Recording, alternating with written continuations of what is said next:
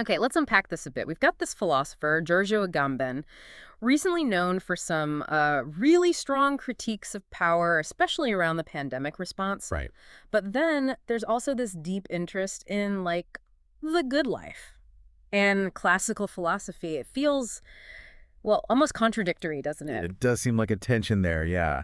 And that's what makes Agamben, who's still writing, so fascinating. It definitely sparks discussion. I think a lot of people might recognize the name from his very vocal criticisms during the COVID pandemic. Oh, absolutely. That really put him on the map for many, didn't it? And caused quite a stir. But Mm. as we're going to explore, that wasn't his first time wading into controversial waters. I mean, his most famous book, Homo Sacer, it made this really provocative It's claim. Auschwitz claim. Exactly. Suggesting Auschwitz isn't just key to understanding totalitarian states, like, Hannah Arendt argued, but it also gives us a lens on modern democracies. That's pretty heavy stuff. It is. And it really raises that central question, doesn't it? How do we square this image of Agamben as this critical, maybe even stark political thinker Yeah. with someone who's also deeply invested in those ancient questions about living a happy life? And that's exactly what we're diving into today. We're exploring Agamben's core ideas, and we're drawing from a recent discussion with an expert on his work. There's a new book arguing his critical stuff is actually part of this larger, maybe more affirmative project. Right. So the political critique is definitely there, but the argument is it fits into this broader vision he has about history, power, our own potential even. So, for you listening, the idea here is to get a handle on these, let's face it, complex ideas pretty quickly. Hopefully, you'll have some of those aha moments. Yeah, where things maybe click into place about what's going on around us, those deeper currents under contemporary issues. And without needing like a PhD in philosophy to wade through it all. Exactly. Think of it as a way to get up to speed on some really influential thinking. Okay, so Agamben. Multifaceted, sometimes polarizing. Where do we even start to get a grip on his core ideas? Well, I think a good starting point is just acknowledging that background in the controversies. Mm-hmm. We mentioned COVID. Yeah. That was recent, caused a lot of debate. Yeah. But before that, Homo Sacer, with this whole argument about naked life and sovereign power, that already sent ripples through philosophy. So a lot of people just saw him as a critic, maybe even kind of negative. That was definitely a common perception, yeah. Focused on dissecting power, maybe without offering much else. So the book we're drawing on pushes back against that. Precisely. It argues that underneath all that criticism, there's this fundamental ongoing search, that classical philosophical quest for a true or maybe a flourishing life. Okay. The book tries to frame the critiques as serving that bigger, more affirmative goal. Gotcha. So he's not just tearing things down, there's something constructive behind it. That helps. So who influenced him? Who are the big names in his philosophical lineage? Well, three really stand out. First, Martin Heidegger. Agamben actually studied with him. Oh, wow. Okay. Yeah, and you can definitely see the influence. Then there's Michel Foucault. Right. Biopolitics. Exactly. Agamben really picks up Foucault's idea of biopolitics, how states manage populations' lives, but he develops it in his own very distinct way. Okay. And third, Walter Benjamin. Benjamin's impact is huge, both on Agamben's style, which is kind of philosophical but also quite poetic, Yeah, I've heard that. and on his themes, especially this sort of messianic idea, not strictly religious, but Benjamin's notion that history holds these hidden possibilities for like radical change or redemption. Agamben really runs with that. Interesting. So the interplay between Heidegger, Foucault, and Benjamin, that's really key to understanding Agamben's whole profile. Heidegger, Foucault, Benjamin. Yeah. That's quite a lineup. Okay, so shifting from who influenced him to how he thinks. His approach to history is unusual, right? Yeah. It's not your standard timeline. Not at all. Yeah. That's actually fascinating. He's quite critical of those traditional historical narratives. Like in textbooks, A leads to B leads to C. Exactly that. The neat sequence of cause and effect. Agamben says, look, the past is really just this huge pile of fragments, ruins, documents, stories, whatever. Right. And those tidy causal lines we draw, there's just one way to organize that mess. And maybe not the most insightful way to see how the past still shapes us now. So history isn't just a straight line from then to now for him. Pretty much. I mean, obviously yesterday affects today, but Agamben's also really interested in how things from way back, maybe ways of thinking from a totally different era, can still have this like direct impact, even without a clear A to B to C chain. That does sound different from how most historians work. It can be, yeah. That's sometimes a point of friction. So he's looking for echoes, Patterns across time, not just causes. Exactly. He looks for these recurring patterns or comparable situations across different times. He calls these paradigm. Paradigms. Okay. By putting these seemingly unconnected moments together, he thinks we can see underlying issues or structures more clearly, like a detective finding a similar MO across different cases. And he has a name for this method. Something about digging. Yeah, he calls it archaeology. He's trying to dig under the historical facts to find the archive. Archai. Yeah, not archive like oldest thing, but more like the underlying principles or mechanisms that shape events and can just pop up again, unpredictably. So finding the ahistorical in history. That's a great way to put it. These constellations of problems that can reappear. Like, say, a problem from the Roman Empire suddenly echoing today. You mentioned populism earlier as maybe an example of one of these. Archai. Yeah, think about populist movements. Yeah. Ancient Rome, revolutionary France, politics today. Hmm. You often see similar dynamics. Mm-hmm. Yeah. Similar appeals, tapping into similar fears, maybe. Exactly. For Agamben, looking at those common threads across different times tells us something fundamental about populism itself, beyond just its specific time and place. Okay, I can see that. But I also know historians sometimes take issue with his approach. That's true. He's been criticized for, let's say, not always being strictly historically correct in the traditional sense. Right. But it's really important to get that his main goal isn't to write definitive history. Yeah. His work is more like a mirror of the past. Mirror. Yeah, using historical examples to light up these underlying principles, these archive, that he thinks are still active, still relevant right now. Okay, so history as a tool for philosophy, not just history for history's sake. That makes sense. Now, he also has this concept. It's not about direct resistance, but something more subtle, making inoperative. What's that about? Yeah, that's a really key Agamben idea, especially if you compare him to someone like Foucault, who talks a lot about subversion or maybe Bataille on transgression and resistance. Right. Agamben's making an operative isn't necessarily about destroying something or fighting it head on. It's more about diminishing its power, its hold over us, reducing its effect, maybe questioning its necessity. How does that work in practice? How do you make something inoperative? Well, awareness is key, a shift in how we see things. Think about his example of a toy. A toy? Yeah, something that maybe used to be very serious, like a cannon, a weapon. Through a shift in perspective, it becomes a kid's plaything. The object's still there, but its original function, its operation, has been made inoperative. It doesn't control how we relate to it anymore. Ah, I see. Like an old rotary phone. It exists, but its main job is gone. Exactly. Its centrality has been made inoperative by new tech. So it's about changing our relationship to things, seeing other possibilities, maybe playful ones, beyond the official purpose. You got it. And that connects directly to playfulness, moving beyond just following the rules, engaging with things in different ways, not just the right way, creating some free play. This sounds like it links straight to his critique of modern politics. Right. And yeah, his reaction to the COVID measures. Absolutely. Agamben sees this trend in modern politics. He calls it an increasingly pervasive total politics. Total politics. Yeah, where the state, whether it calls itself democratic or totalitarian, just keeps encroaching more and more on what he thinks should be the open experimental space of life, regulating everything. So his strong reaction to the COVID crisis came from seeing those measures as a huge step further down that road, the state dictating really basic parts of daily life curfews, where you could go, who you could see. And his problem wasn't giving advice, but making it mandatory, enforcing it. That's the core distinction for him. Offering advice based on expertise is one thing. Imposing binding rules with punishments, that's totally different. Why? What's the danger there? In his view, imposing rules just fundamentally limits freedom. It shuts down the possibility of finding other ways to deal with things, alternative approaches, spontaneous ways of living and connecting. So making inoperative here would be like consciously resisting that totalizing control, finding ways to live differently even within the rules. Kinda, yeah. It's about recognizing the limits and the potential harms of those rules and trying to carve out spaces for other ways of being, resisting that impulse for everything to be controlled. It starts with that shift in mindset, recognizing the potential for freedom even when things feel tight. Okay. Now, Homo sacer, we have to talk about that. It seems so central to his ideas about power and life itself. Yeah. What's the core concept there? Right, Homo sacer.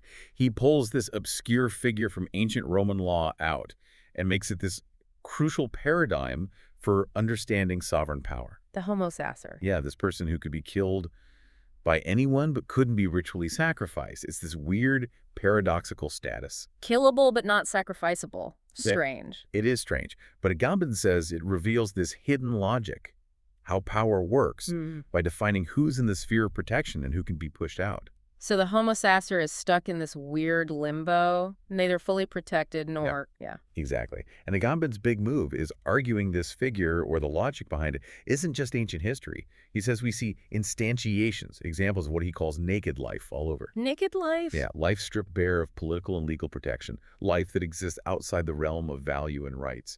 Think of the Musulman in the camps. Or someone in a vegetative state, a stateless person, an exile, a refugee stuck in limbo, maybe detainees in places like Guantanamo Bay. So life reduced to just biology, basically, without the protections of the law or politics. That's it. And he argues that the very act of trying to create a political order, a specific idea of the good life, inevitably creates this leftover category, this naked life. How so? Because if an order has the power to give rights, to decide whose life is valuable and protected. It also has the power to take them away or exclude people from the start. Exactly. It connects to Foucault's ideas on inclusion-exclusion for sure, but Agamben filters it through Benjamin and this Homo saucer figure. And this leads to the state of exception. Yes. He draws heavily on Carl Schmitt here, who was influenced by Hobbes. The state of exception is the sovereign's power to just suspend the normal legal order, usually in a crisis or emergency. Like the pandemic. The pandemic is a massive, very clear, recent example of the state of exception being invoked globally. Suspending rights, emergency powers. Right. And what's crucial for Agamben is that being put outside the normal law, like the Homo saucer, or being declared an outlaw, vogelvrij, as it was called sometimes. Vogelvrij. Literally bird free, like free game. It doesn't send you back to some state of nature.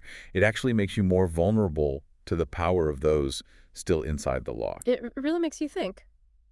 Are there echoes here of, say, Marxist ideas, like the worker produced by capital but also alienated without value outside that system? That's a really sharp connection.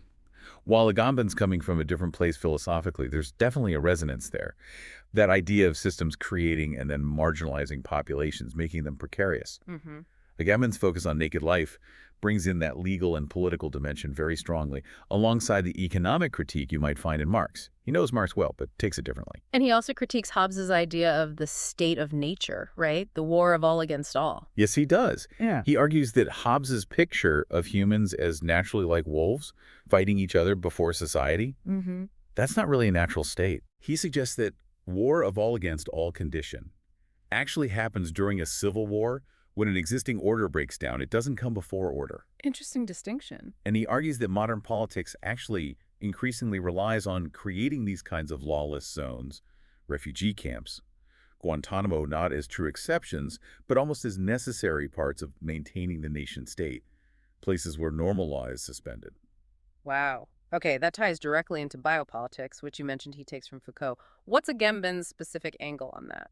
Well, his analysis really zooms in on how modern government justifies itself by being the protector, the manager of the population's biological life, their health, their well-being. That's the core of biopolitics he develops from Foucault. Right. Foucault looked more at institutions, prisons, hospitals. Yeah, disciplinary power on individual bodies. Agamben broadens it to the whole logic of the state being fundamentally about managing life itself on a massive scale. And he sees a downside to the state being the caregiver. Oh, absolutely. There's a deep ambiguity there. Yeah. On the surface, the state caring for citizens seems good, right? Sure. But Agamben points out the huge power that gives the state. If it's responsible for your well-being, it also gets the authority to influence and regulate parts of your life that used to be private. Like public health rules. Exactly. Think about all the health regulations, lifestyle advice. It means the state gets more and more involved in individual bodies and choices, often for our own good. He talks about this figure of the obedient citizen in democracies today. Obedient citizen? Yeah, someone who kind of lets their life be shaped by consumerism or government rules, often presented as being for safety or health. But he's not just blaming individuals for going along with it. No, not primarily. His main focus is the system, the logic of biopower itself and its potential dangers. Right. His philosophy is trying to wake us up from just assuming our lives are and should be fully regulated. Right, to question that pervasive control. Exactly. And ask if there are ways to reclaim more autonomy. Okay, now shifting again, the figure of the child seems really important for him. Why the child? What's the significance there? Yeah, the child is a recurring figure. Historically, the child is often seen as just, Yeah. incomplete, a stage on the way to being a proper adult. Right. Something to grow out of? But then you also have traditions, some spiritual, some philosophical, like Nietzsche's child, as the final transformation where the child represents something higher, maybe more open or pure. Okay. Agamben leans towards that second view, but gives it his own spin. What's his unique take? He argues that the key thing about humans, unlike other animals, is we don't have a pre-programmed path to adulthood. There's no fixed biological destiny telling us exactly how to grow up. Hmm. How does he illustrate that? Language is his key example. We're born with the capacity for language, but we don't automatically speak. We have to be taught a specific language. Right. If a child grows up isolated, they don't develop language. Exactly. And for Agamben, this absence of a preset path isn't a defect. It's the very source of human potential. The source. Because it's what allows for meaning-making, for culture, for history, for change. All the diversity of languages and ways of life comes from this fundamental openness, this lack of a fixed track. So the child, in its initial openness, embodies that core human potentiality. Precisely. He links the child to the Latin word infans, literally one who does not yet speak. Infants. Okay. And he suggests that even as adults, we're never fully done. We're always kind of actively creating meaning, finding our way, shaping who we are, even within structures. There's always an element of finding a new form each day. But surely society tries to, well, shape that, impose paths, discipline. Oh, absolutely. Traditions and institutions that value order and predictability often see that childlike openness and potential for deviation as a threat, something to be managed, controlled, disciplined into fixed roles and behaviors. Right. Agamben, though, argues for appreciating that quality, not regressing to childhood, but engaging with our adult habits and structures in a way that stays open to variation, to playfulness, to imagining alternatives. You mentioned conversation earlier, how it's spontaneous, that feels like this childlike openness in action. Exactly. A really good conversation isn't scripted, right? It's a playful exploration full of surprises. Yeah. That resonates with what the psychologist James Hillman called carrying the child within us. Carrying the child. Yeah, nurturing that openness, spontaneity, imagination. It's about deliberately creating play space in our lives, freeing ourselves, even for a moment, from fixed ideas about who we are or how things have to be. And this play space isn't just about rebelling or saying no to everything. No, it's more subtle than just militant resistance. It's about seeing the freedom and potential for different actions within situations, even constrained ones, engaging with structures, maybe, but recognizing our own ability to reinterpret, to act differently, to, as we said before, make inoperative their total claim on us. Now, thinking about all this, I wonder if his perspective is influenced by his own context. Being Italian, Southern European, does that history shape how he sees state power compared to places with maybe different traditions of self-organization? That's a really fair and important question.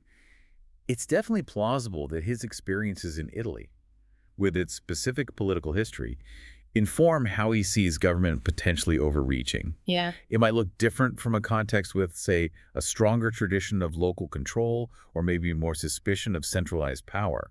There's a difference between critiquing a government and questioning the whole project of governance itself.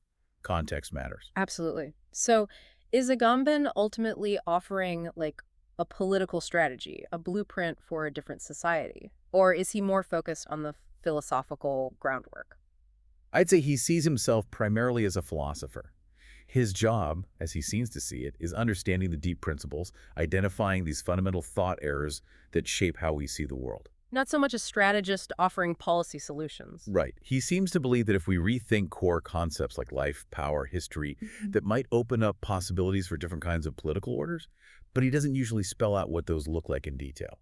His later work especially points more towards, I don't know, a different way of being, almost spiritual, maybe even kind of apocalyptic vision of a future community. Yeah, it does move that way, hinting at a community with a different relationship to law, property, potential, Mm-hmm. but it tends to lack concrete political programs. Okay. So his work might not give you direct political answers for today's problems, but it offers really valuable, often profound existential insights.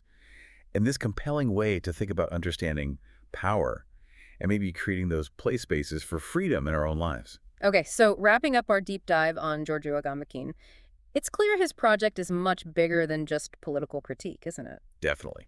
He's wrestling with really fundamental questions. What is life? How does power actually operate? How should we understand history? And concepts like naked life, the state of exception, even the figure of the child, they give you these surprising, sometimes unsettling ways to look at the world, and maybe at our own potential for freedom within it all. And engaging with these ideas, even though they're complex, really gives you a deeper, more nuanced lens on contemporary issues. Helps you see the forces shaping things beneath the surface. It makes you question assumptions. Absolutely. So here's a final thought for you, the listener, to sort of chew on. How might embracing a bit more of that childlike openness, that capacity for making inoperative some of the rigid structures or beliefs in your own life, Hmm. how might that help you navigate things? What are some of those fabrics functies, those factory settings, those prescribed ways of thinking or acting you've maybe picked up that you could playfully reimagine or even just temporarily switch off to explore something new? Definitely something worth pondering.